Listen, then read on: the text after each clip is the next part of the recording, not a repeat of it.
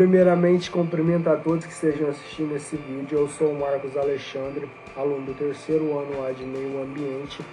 E hoje, assim como meus colegas, a gente vai estar abordando o tema as teorias evolutivas. Dentro das teorias evolutivas temos várias, mas existem três que mais se destacam, que são a de Darwin, né, e o lamarckismo e a teoria sintética da evolução. Eu, em específico, vou estar abordando a teoria, no caso de Jean-Baptiste de Lamarck, ou lamarckismo, como alguns se referem.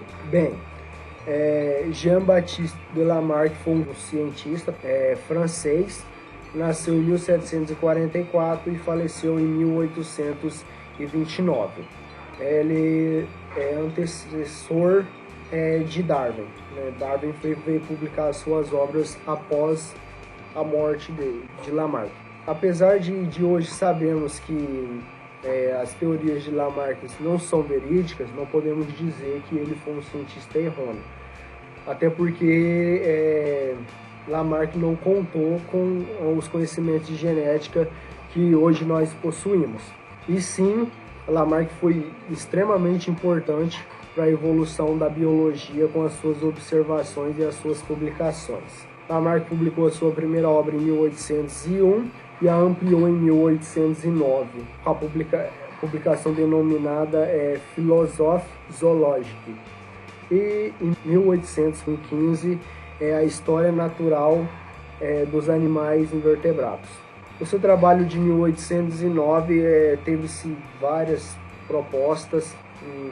Antes das propostas, vale lembrar que na época em que Lamarck fez a publicação de seus estudos, as suas observações, ainda se levava em conta a teoria evolutiva do criacionismo, que Deus criou todas as espécies e que elas eram fixas, né, não se evoluíam, elas iam se permanecer aquilo, né, até sua morte.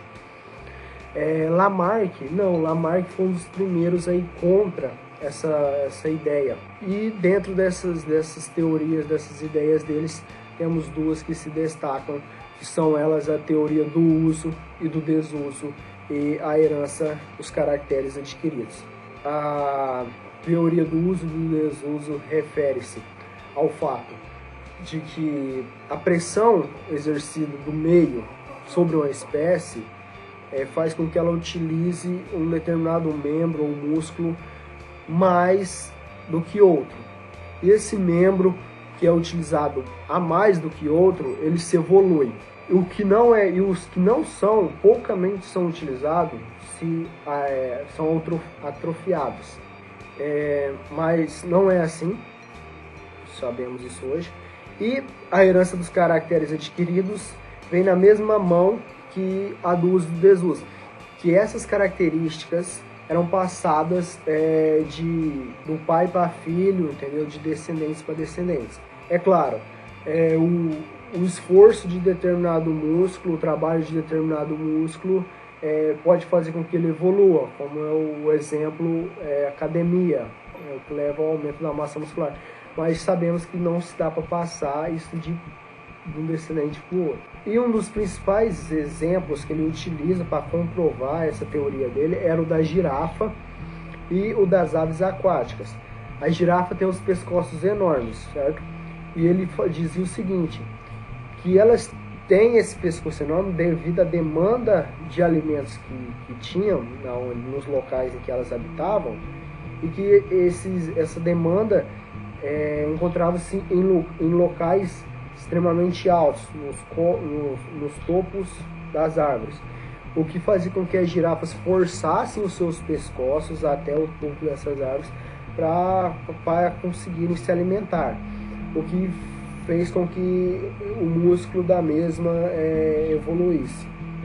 E também temos o das aves aquáticas, né, que pode-se observar que as aves aquáticas têm as pernas enormes, são pernaltas, e que essa característica se vê ao fato delas se esforçarem para não molharem as suas penas enquanto estavam dentro da água. É isso, né? O que eu tinha para falar é isso. Eu vou deixar para meus demais colegas terminarem e concluírem a apresentação. Muito obrigado. Olá, eu sou o João Guilherme e eu vou dar continuidade falando sobre o darwinismo. Então, começando sobre o contexto histórico, Charles Darwin, que nasceu em 1809 e morreu em 1888, fez uma viagem de navio durante os anos de 1831 a 1836. Durante essa viagem, ele coletou diversos materiais como fósseis, animais e plantas para estudos. E nos próximos 20 anos, ele elaborou alguns projetos na qual contribuíram para o amadurecimento da sua ideia de evolução. Outro nome que também pode ser citado é Alfred Russel Wallace, que nessa mesma época fez alguns estudos, no caso no Amazonas. Ele nasceu em 1823 e faleceu em 1913. No caso, Wallace coletou alguns organismos e fez algumas anotações sobre, mas infelizmente um incêndio acabou com os organismos, mas Wallace conseguiu sair ileso e carregando algumas anotações que mais no futuro foram base para a publicação de seu livro. Além dessa viagem, Wallace também fez outra indo para o arquipélago malaio entre 1854 e 1862. E durante esse tempo, Wallace mandou uma carta para Darwin contando sobre suas ideias de evolução por seleção natural. No caso, Darwin e Wallace tinham uma ideia semelhante nesse quesito. E desse mesmo modo, em 1858, Darwin e Wallace estavam produzindo textos com ideias semelhantes e foram mostrados à comunidade científica. E também produziram livros com duas ideias principais que estavam em ambos.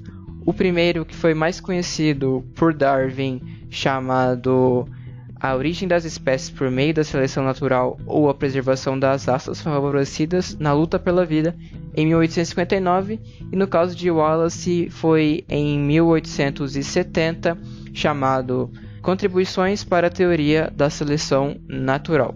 Mas antes de dar continuidade explicando mais sobre o livro de Darwin que foi tão importante para a biologia, vou citar mais um nome que contribuiu para a elaboração da teoria de Darwin, chamado Thomas Malthus, que era um economista que nasceu em 1766 e faleceu em 1834, na qual elaborou o livro chamado Ensaio sobre o Princípio da População, que continha a ideia de que a produção de alimentos crescia em uma escala aritmética, enquanto a população humana crescia em uma escala geométrica, o que significava que no futuro não haveria alimento suficiente para a população humana. Darwin, vendo essas ideias em 1838, as adaptou em sua teoria, na qual ele disse que esse exemplo não servia apenas para os humanos, mas também para as outras espécies, pois assim como os humanos, as outras espécies têm mais capacidade de reprodução do que o meio tem capacidade de sustentar esse aumento de indivíduos. Sendo assim, cria-se uma competitividade entre estes indivíduos, na qual os que têm as características mais vantajosas conseguem sobreviver por mais tempo e se reproduzir mais. E para reforçar mais ainda sua teoria, Darwin utilizou da seleção artificial para explicar melhor na qual o humano atua como o ambiente selecionador, pois o humano seleciona aquelas espécies que são mais vantajosas para ele, como por exemplo a mostarda selvagem, que deu origem a outros alimentos que são consumidos hoje em dia, como repolho, couve-flor e brócolis. Então, dando continuidade às ideias principais do livro de Darwin, começando então com ancestralidade comum. E essa ideia pode ser explicada que as espécies sofrem mudanças ao longo do tempo e que essas mudanças ocasionam em sucessão de ancestrais. Ou seja, Darwin utilizou-se da expressão descendência com modificação para explicar melhor essa ideia. Segundo Darwin, as espécies apresentam um ancestral comum, ao longo do tempo dão origem a novas espécies, mas as mesmas provêm da mesma base.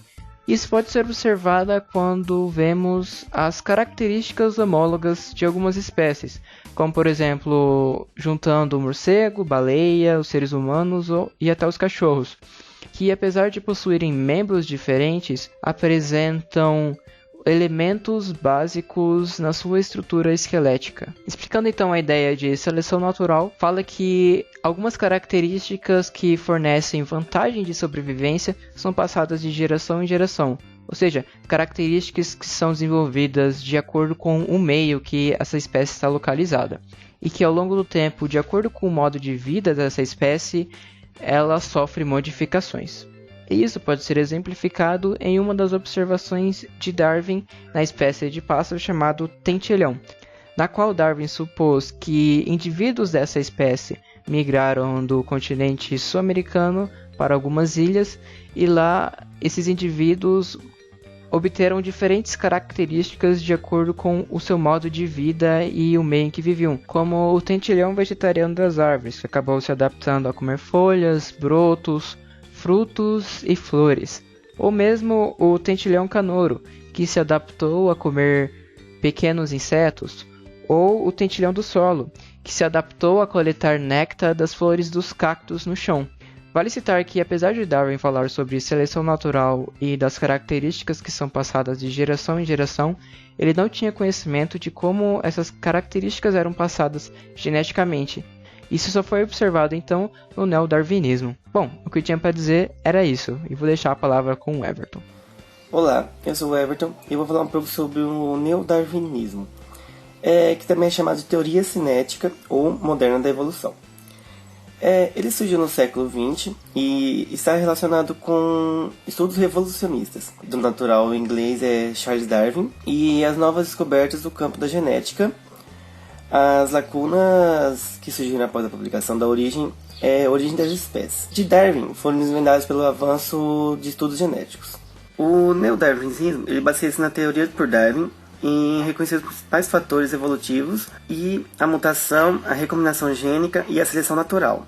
E na verdade, o neodarwinismo é completamente a teoria de Darwin em relação às fontes de variabilidade das populações. Isso possibilitando, a partir de 1910, com o desenvolvimento da genética, o reconhecimento material hereditário, no caso de ácidos nucleicos. Os geneticistas pioneiros, eles trabalham com mutações que eram expressas como mudanças visíveis, no caso na morfologia do organismo. Como exemplo, a cor do óleo em drosófilas. A maioria das mutações é expressa como recessiva. O fato de que o gene normal ele seja dominante sobre a forma mutante do mesmo gene, que no caso o mesmo gene, ele sugere que a maioria das mutações envolve mudanças na estrutura gênica, não podendo funcionar mais normalmente. Bom, o que tínhamos para falar é isso, essas são as referências e muito obrigado pela sua atenção.